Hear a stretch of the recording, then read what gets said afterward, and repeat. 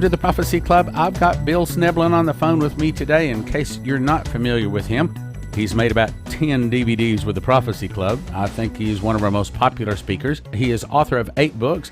He was a satanic and voodoo high priest, a second-degree member of the Church of Satan, a New Age guru, an occultist, a channeler, a 90th-degree Mason, a Knight Templar, a member of the Illuminati, and he taught astrology, tarot cards, and astral projection. He's made, again, 10 DVDs exposing the Illuminati from within, the light behind Masonry, Israel, Islam, biochemical terrorism, what's wrong with Mormonism, the medical conspiracy, Jesus came to set the captives free, Russia's secret weapon to defeat America, the sons of God and the Antichrist, mind-controlled gun confiscation, vampires, werewolves, real or fake. Bill Schnoebelen, welcome back to the Prophecy Club. Thank you, Stan. It's great to be here. Okay, you got some information about the Pope. Tell us what you've got. Well, let me give you a little background here. First of all, there's one thing in my resume you left out, and that is I was raised Catholic. You've done so many things. Yes, okay, go on. That wasn't my fault. I mean, my parents had to do with that. And I went through the whole gamut of Catholic high school, grade school, college, and also was ordained a priest in the Old Catholic Church. And I got a seminary degree. I have a master's degree in theology from St. Francis Seminary. I have had a lot of dealings with the Roman Church over the years. So, you know, when I say some of the things that I'm going to say, I don't want people to think that I'm coming at this from the standpoint of just having fallen off the turnip truck yesterday. Let me explain a few things up front, kind of preface this.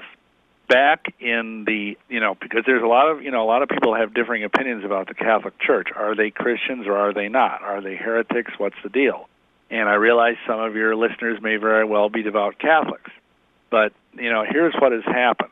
About 1,000 years ago, give or take a century, there was a thing called the Great Schism. I don't know if you've heard of that or not, Stan, but anyway, it was a split, a rift between what had previously been one Christian body. And at that time, the confusion was over the ancient creeds that were formulated back in the 3rd, 4th, 5th centuries. Rome departed from those creeds.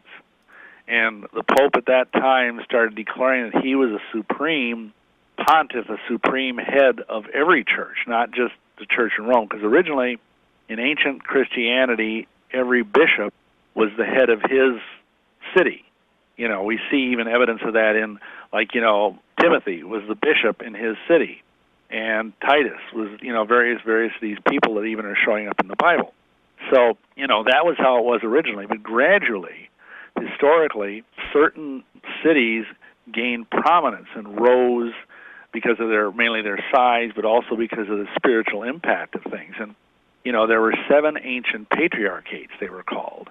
Jerusalem had one, Antioch had one, Rome had one, and the list goes on. I won't trouble you with giving all of them. But the point is that gradually, because of various reasons, the Bishop of Rome started getting more and more big heads, so to speak.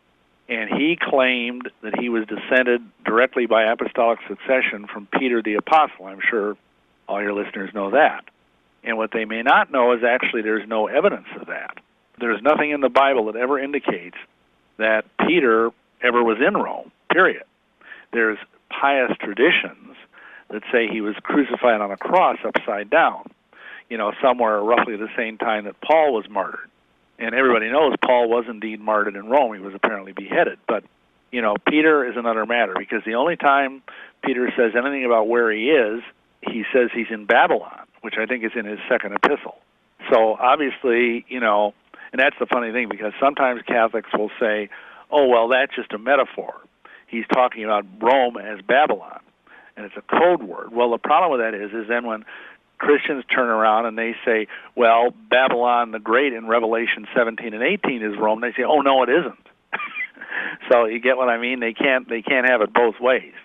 So anyhow, that's what happened. And ever since then, ever since this schism, there's been a gradual deterioration of both doctrine and morality within the Roman Church.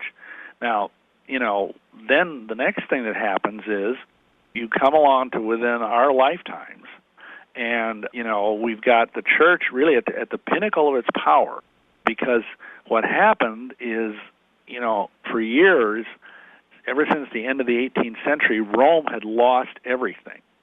It had been conquered, I think it was by Napoleon III. The Vatican lost all of its states, because at one time the Vatican owned a large part of Italy. And it was like a grievous blow to the power of the Vatican. And so for, over 100 years, the Vatican kind of languished, and the Pope used to say he felt like a prisoner in his own palace, because, he really didn't have a lot of influence at that time. Well, anyhow, in 1929, this is a preface to what I was about to say, I need to say this, Mussolini, on February 11th, restored the papal government that had been dead since 1798, when Napoleon dethroned him. Now, it's funny, because at that time, all the newspapers in the world were reading the deadly wound of the papacy is now healed after many years. Now, does that sound familiar? Yes, it does. Yeah, really.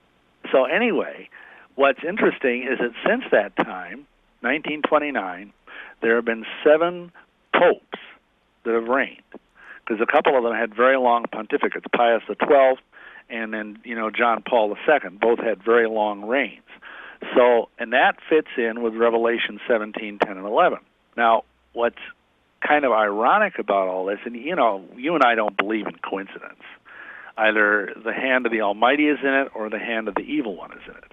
And on February 11th, the same date that Mussolini restored the papal government, three-quarters of a century ago, is when this pope, the current pope, the 7th pope, has announced that he's going to resign. So that's kind of extraordinary in and of itself. So the next pope, whoever he is, will be the 8th king, or the 8th pope, if you will, of Revelation 17:10. So, okay. Right there, now, because, a lot of people are looking at this from the standpoint of the prophecies of Malachi, and just in case any of your listeners aren't familiar with that, way back like 1,000 years ago or so, there was a monk and a bishop whose name was Malachi, not to be confused with the biblical prophet Malachi. And he supposedly had a divine revelation of the names of all the popes down through the centuries that would follow this guy's lifetime. And he's been remarkably right on. Now, admittedly, some of these, he didn't give the names of these guys, but he would give like little cryptic Latin mottos. And just as an example, for instance, Paul VI, who some of your listeners may remember, he was pope back in the 60s. His motto was Floris Florum, which in Latin means flower of flowers. And he was born in the city of Voltafiore in Italy. And secondly, he had flowers. He had a fleur-de-lis on his coat of arms. Then another example of this would be John the 23rd, who preceded him. John the 23rd, the motto that would have gone with his papacy was Pastor Naute, which means shepherd of the sea. Interestingly enough, Angelo Roncalli, who became John the 23rd, he was the pastor, the Cardinal Archbishop of Venice, which is a floating city. So these things are kind of eerie. And then the really creepy one, not in a bad way, but just in an ironic way, is that for John Paul I, who you may remember only reigned for a little over 30 days, his motto was De Meditate Lunae, which means of the lunar eclipse.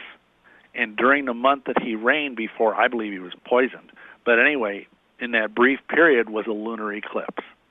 So this guy, this Malachi, way back 1,000 years ago or so, made all of these predictions. And according to him, there would only be one last pope after the current one. And he would be kind of an antichrist pope, an anti-pope. That's why there's so much buzz now among both Christians and Catholics, who is this next pope going to be? Because he's supposedly going to take the name that no pope has ever dared take. Peter the Roman. Peter the Roman, because there's never been a Pope Peter II. Because, of course, again, they believe Peter was pope. Now, the funny thing is that, in all of this, you see the idea that the Vatican is supposedly built on the bones of Peter. They believe that his, because there were all these catacombs, in the primitive church, and that's where they would bury the bones of the martyrs, was in these catacombs underneath the city of Rome. They've spent a lot of money, and I'm going to revisit this later, remind me to get back to it, but digging around for the last, really, 1,500 years trying to find the bones of Peter. Now, I don't know how they know if they found them because, unless there's this big sign on it saying, Bones of Peter. Bones of Peter, except it'd probably be in, Hebrew or Latin or something. But anyway, the point is that they've done a huge amount of work and excavation, kind of archaeologically around the Vatican Hill. And what you need to realize, too, is that the very Vatican City, where St. Peter's Basilica rests, is actually a very cursed place. Because in pagan Rome, the Vatican Hill was the place of soothsayers. It was like a place of fortune tellers, where if you wanted to, it was kind of like a shopping mall for tarot card readers and palm readers. I mean, they probably have tarot cards back then, but you know what I'm saying. I mean, people would cut open a chicken and look at the entrails or whatever. And this was huge back then. And so there was all of this nasty stuff going on.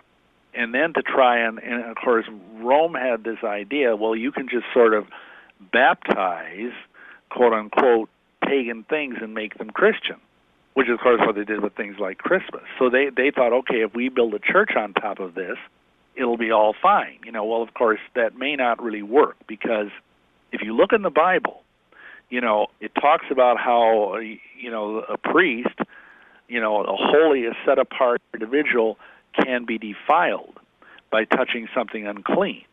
It doesn't work the other way around. Like if you're a saint, if you're a holy individual, I mean a saint in the biblical sense, not in the sense of a plaster statue, and you touch something evil, you aren't going to somehow make that good just by touching it. You see my point? We'll be right back after this message. God is speaking to Augusto Perez with angel visits audibly and has given him 44 dreams and visions, showing him some amazing things about the future of America and the world. In End of Times, his topics are the Great Shaking, the coming famine, the double portion outpouring, the coming attack on the U.S., the Great Darkness, the super devaluation of the dollar, and how God will protect his own.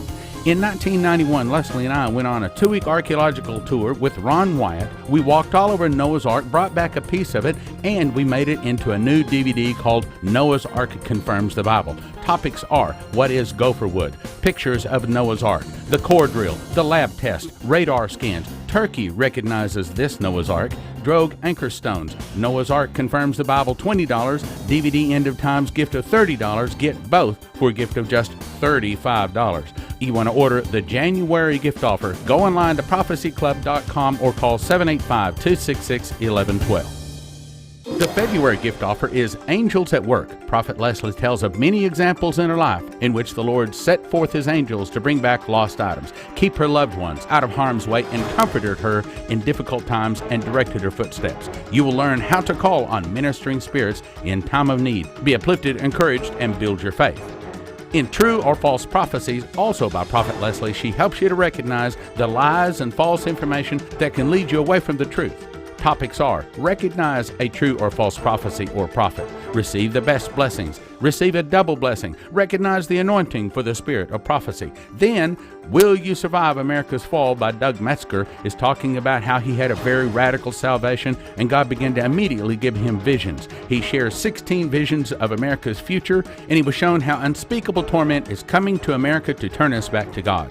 Topics are America the Fallen Tree, vision of how the church was formed, vision of a nuclear missile, 12 cities destroyed, a million voices screaming, 2 explosions, 10-to-1 inflation, dollar becomes worthless, the begging woman and the turnstile, the great betrayal, only prayer is protection, and the greatest horror and revival at the same time. Angels at Work, $20, True or False Prophecies, $30, Will You Survive America's Fall, $30, 3 DVDs valued at $80 for a gift of just $45. It's the February gift offer available at prophecyclub.com or calling 785-266-1112.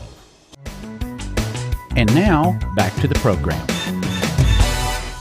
So therefore, you've got a significant problem here with the fact that the very foundation of the Roman Church is built on land that was cursed for like 1,000 years before they came along and decided to build this huge basilica on it.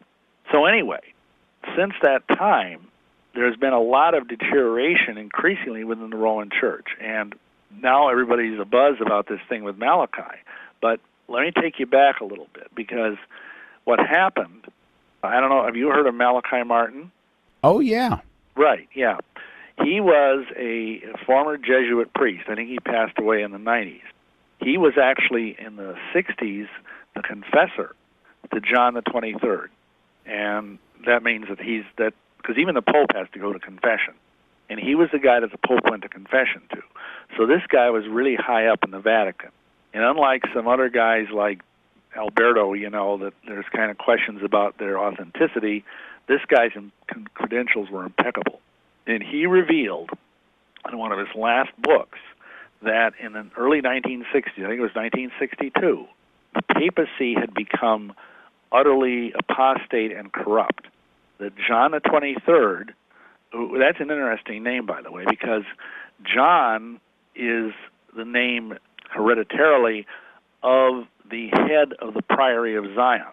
They take that name because they have this thing about John the Baptist. The Priory of Zion people believe John the Baptist is the true Messiah and that Yahushua was a pretender. So anyway, the other thing is he took the number 23 as his thing because the last Pope John was an anti-pope. Because believe it or not, in Roman history, there have been anti-popes. So here we have this whole thing, where this Pope takes the name John the 23rd. The number 23 in the occult is a cursed number.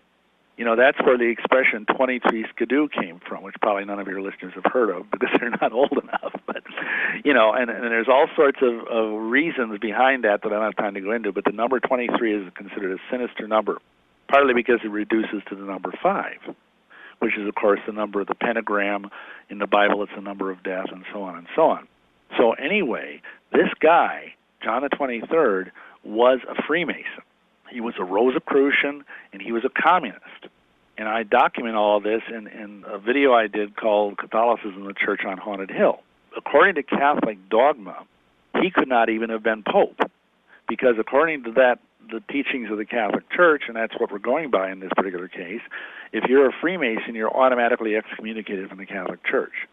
So obviously, if you're, an excommunicated Catholic, you can't be Pope, because you would lose your sacerdotal powers, so to speak.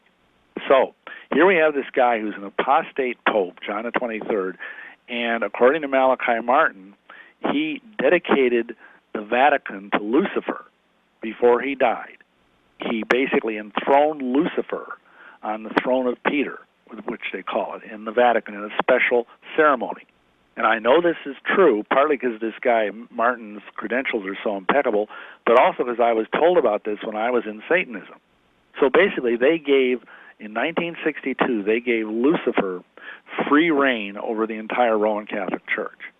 So, and since that time, look at what's happened. The Church has gone crazy.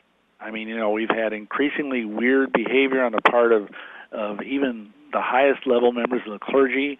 I don't even go into the thing about the child abuse, the pedophilia, all this stuff. It's like all of a sudden the Catholic Church in the last 40 or 50 years, the fact of the matter is, the Church is unraveling like an old sock.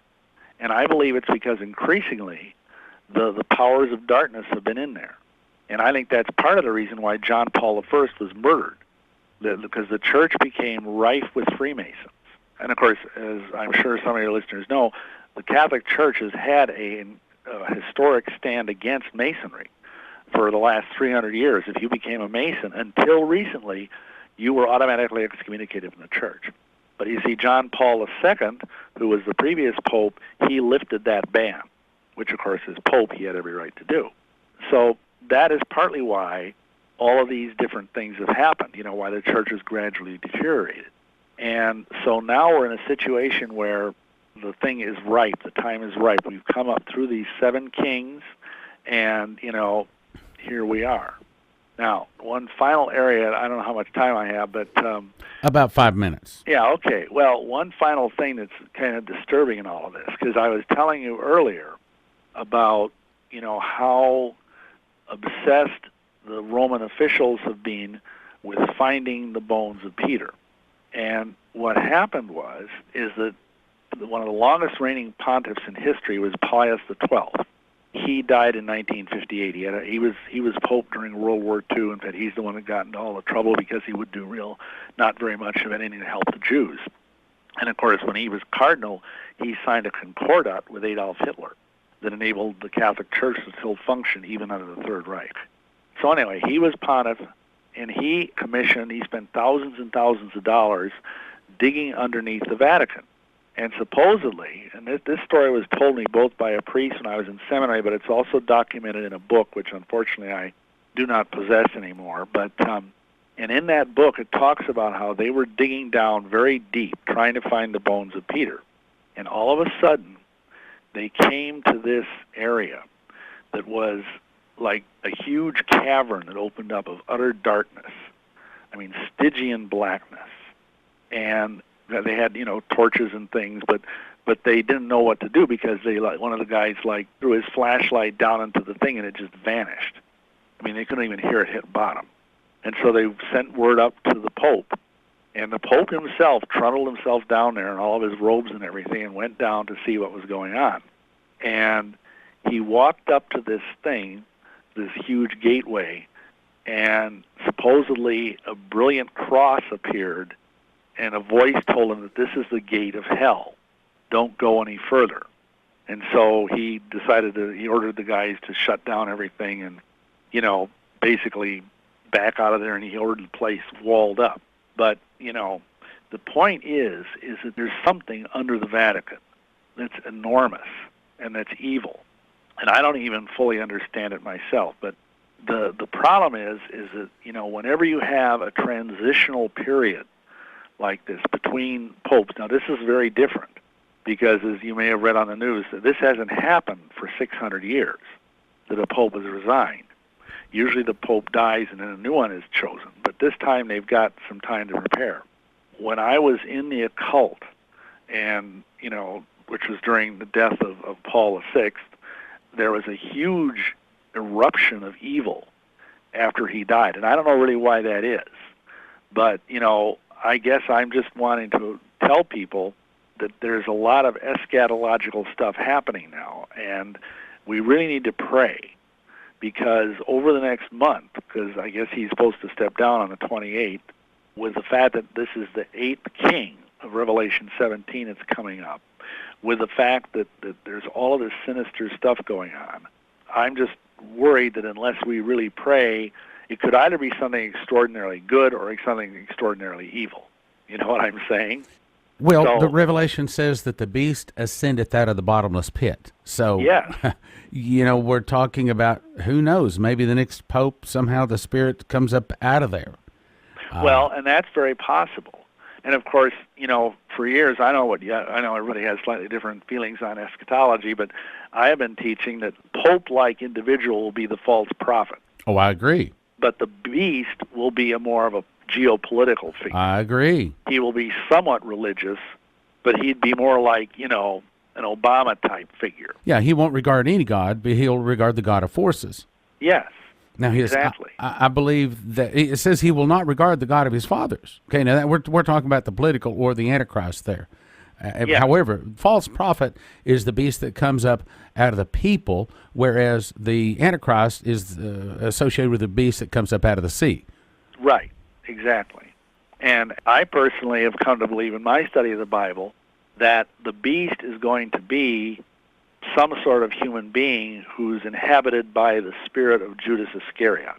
Well, I would accept that. I mean, I've never seen it that way, but that may very well be. Well, like I say, we're kind of speculating, but right. Mainly because of the fact that the beast is described as John's writing when he was writing in probably the year 95 or so as something that was and is not and will be again. Right. And that would describe Judas. The other thing is that Yahushua says of him, I think it's in John, have I not chosen all of you, and yet one of you is a devil? He doesn't say Judas had a devil.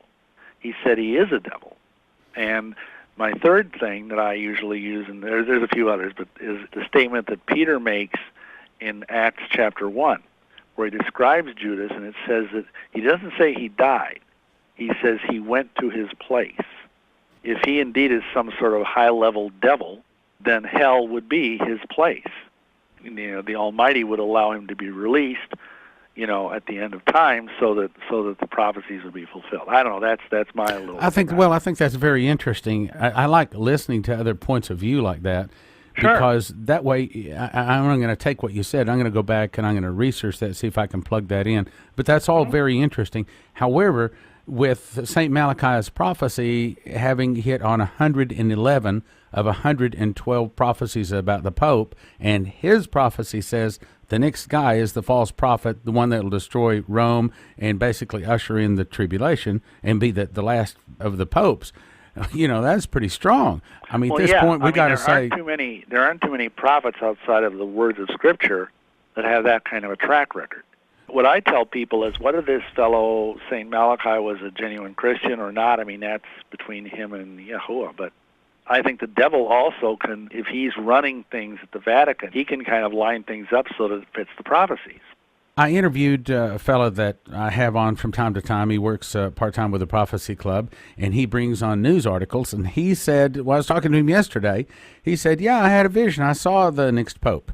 And his vision was that the next pope is going to be a young man, dark hair, and rather large, and will speak really very, very bad things about the Protestants, tell the Protestants that they're wrong for leaving the church, and basically begin to really stir up trouble, the Catholics against the Protestants. Kind of interesting, huh? Unfortunately, time has gone speaking with Bill Schnoebelen. We're going to have him on again tomorrow, but I do encourage you to go to prophecyclub.com and check out some of the DVDs that Bill Schnoebelen has made. They're awesome. In the meantime, thank you for listening. Thank you for your prayers and your gifts of support. God bless. Now, from the Prophecy Club, some exciting opportunities for you. God is speaking to Augusto Perez with angel visits audibly and has given him 44 dreams and visions, showing him some amazing things about the future of America and the world. In End of Times, his topics are the Great Shaking, the coming famine, the double portion outpouring, the coming attack on the U.S., the Great Darkness, the super devaluation of the dollar, and how God will protect his own.